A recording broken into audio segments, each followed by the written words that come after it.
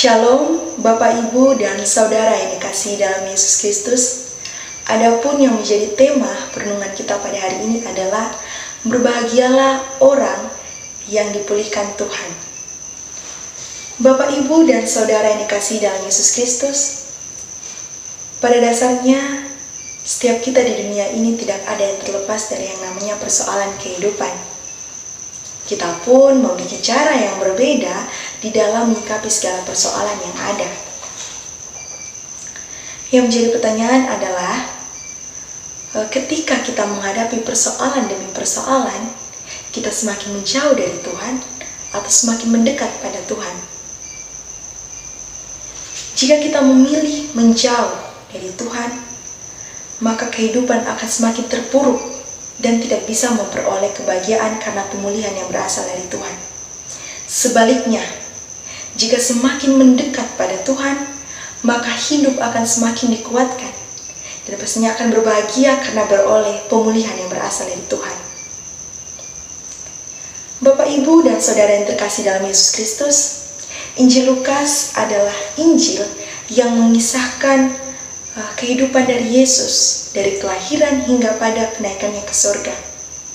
Penulis dari Injil Lukas telah menyelidiki berbagai peristiwa dengan seksama dan kemudian mengambil keputusan untuk membukukannya secara teratur. Dan adapun yang menjadi tema utama dari Injil Lukas adalah perhatian Yesus kepada orang-orang miskin, kepada orang yang menderita, kepada orang yang berdosa. Injil ini ditulis guna memenuhi apa yang menjadi kebutuhan komunitas jemaat pada waktu itu, yang tengah mengalami pertentangan kaya miskin, pengucilan, kebencian yang berasal dari dalam jemaat maupun dari luar jemaat. Bapak, Ibu, dan Saudara yang terkasih dalam Yesus Kristus, kita melihat bahwa teks ini menarasikan setelah Yesus berdoa semalaman, Yesus turun dari bukit dan memanggil murid-muridnya. Dan pada waktu itu, banyak orang yang berdatangan dari berbagai daerah. Mereka mau mendengarkan pengajaran Yesus dan mau disembuhkan atas penyakit yang mereka hadapi pada waktu itu. Dan pada akhirnya pun, mereka memperoleh kesembuhan dan menerima pengajaran di bukit, yang pada waktu itu dikenal dengan khotbah di bukit. Ucapan berbahagia pada ayat yang ke-20 hingga 26 ini nyata bahwa Allah akan memulihkan hidup dari setiap umatnya. Namun, ucapan bahagia ini diikuti dengan peringatan.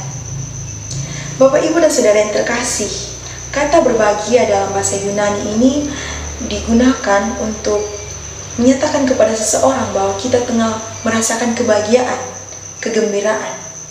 Dan makarios ini memiliki arti diberkati, senang, bahagia, mujur, kamu beruntung.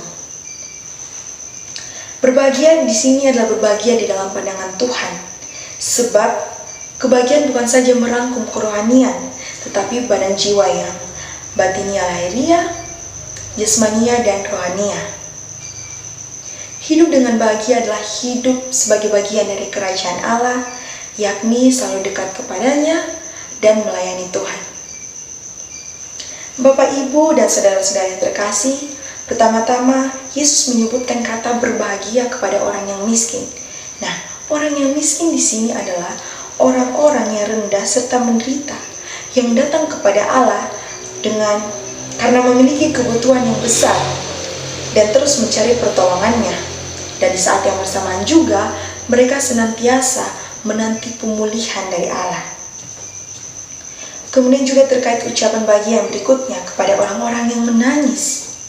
Orang yang menangis yang dimaksudkan di sini adalah orang-orang yang merasa sedih karena kelemahannya, yang tidak bisa memenuhi apa yang menjadi standar dari kebenaran Allah dan kerajaan Allah.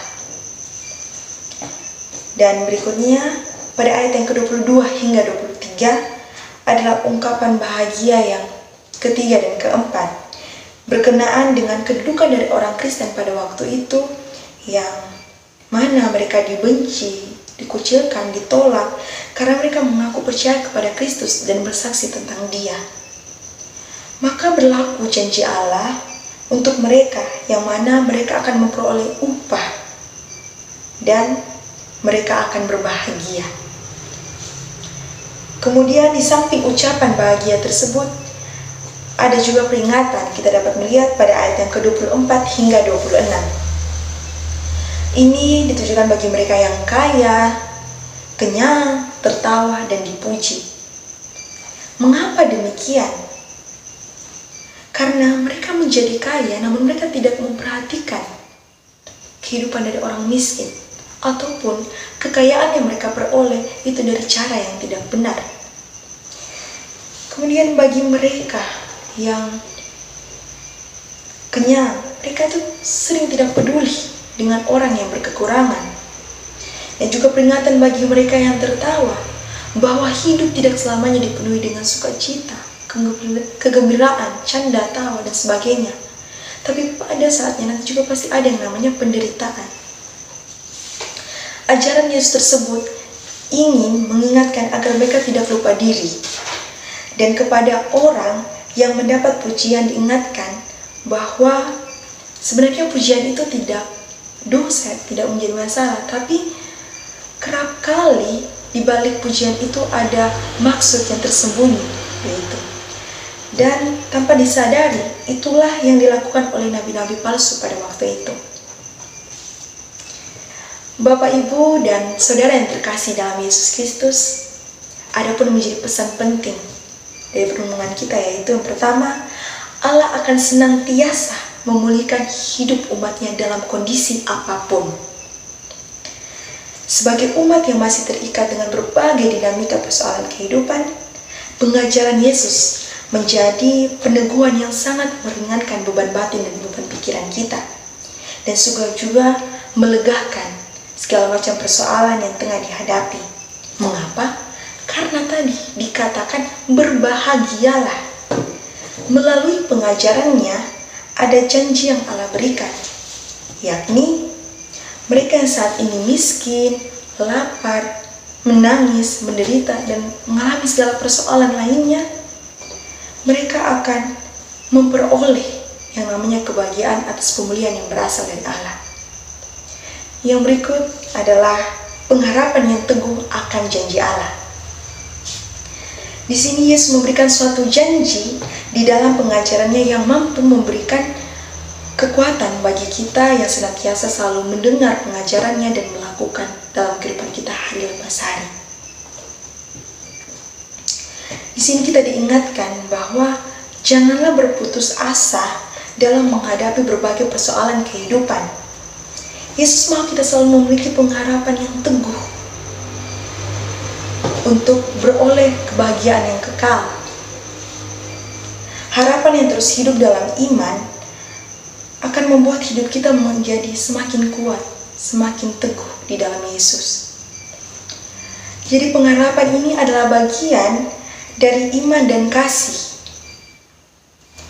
Hidup manusia tanpa iman maka tidak akan utuh. Manusia akan semakin terpuruk dan tidak menjadi kuat di dalam melewati segala persoalan yang ada. Nah, iman bertumbuh karena ada pengharapan untuk beroleh kebahagiaan yang kekal. Dan Yesus akan menunjukkan kasih-Nya dan memberikan pertolongan pada kita yang terus selalu berpengharapan kepada Dia. Yang ketiga, hidup berakar dalam firman Tuhan dan mengandalkannya. Nah, kita tahu bahwa setiap kita pasti membutuhkan pemulihan atas segala kesulitan yang kita hadapi. Namun, kita perlu menyadari bahwa kita tidak mampu mengandalkan kekuatan kita sendiri karena keterbatasan yang kita miliki. Oleh sebab itu, manusia diingatkan untuk selalu berakar dalam firman Tuhan dan mengandalkannya. Sebab hanya Tuhan yang memiliki kuasa untuk bisa memulihkan kehidupan kita. Jadi, di dalam menanti segala pemulihan yang berasal dari Allah, kita di sini juga diingatkan untuk semestinya ikut andil gitu, atau berperan dalam pemulihan ini dengan terus merenungkan firman Tuhan dan melakukannya, sehingga tetap hidup benar di dalam menanti pemulihan yang berasal dari Tuhan. Bapak, Ibu, dan saudara yang terkasih dalam Yesus Kristus, saya pernah menonton video tentang seekor burung pipit yang mendekati pemuda, di mana dia waktu itu terbang mendekati pemuda. Namun saat dia mendekati pemuda itu masih belum menghiraukan. Nah, tapi dia tidak berputus asa. Dia terus terbang mendekati pemuda itu. Dan akhirnya pemuda itu menyadari bahwa burung pipit ini sedang membutuhkan pertolongan. Dia sedang mengalami kesulitan dan membutuhkan pertolongan. Di mana dilihatnya pada kaki burung pipit itu terdapat ikatan tali yang besar, sehingga burung tersebut tidak dapat terbang tinggi dengan bebas. Dan akhirnya pemuda ini berusaha untuk memotong tali tersebut, sehingga sang burung pun dapat terbang tinggi dan terlepas dari kesulitan yang dia hadapi. Nah, kita melihat bahwa burung pipit ini tahu bagaimana cara dia meminta pertolongan, yakni berusaha mendekati sang pemuda dan tidak berputus asa, hingga pada akhirnya dia dapat memperoleh pertolongan dan terlepas dari kesulitan yang tengah dihadapi. Bapak, Ibu, dan saudara yang terkasih dalam Yesus Kristus, kita tahu bahwa persoalan ini datang silih berganti dalam kehidupan kita. Bahkan kita sering bertanya, kapan saya dipulihkan? Kapan sih saya merasa bahagia? Nah, sejatinya pemulihan itu dapat kita peroleh tergantung bagaimana cara kita menghadapi persoalan demi persoalan yang ada dalam kehidupan kita. Sebagaimana pengajaran Tuhan Yesus di dalam Injil Lukas yang telah memberikan ketenangan, kekuatan, serta peneguhan yang baru bagi kita yang mau bersedia untuk mendengarkan dan melakukan setiap pengajarannya dalam kehidupan kita hari lepas hari. Dalam segala persoalan yang kita hadapi, kita pasti akan merasa bahagia. Mengapa? Yaitu karena Tuhan yang penuh kasih akan memberikan pertolongannya dengan memulihkan kehidupan kita.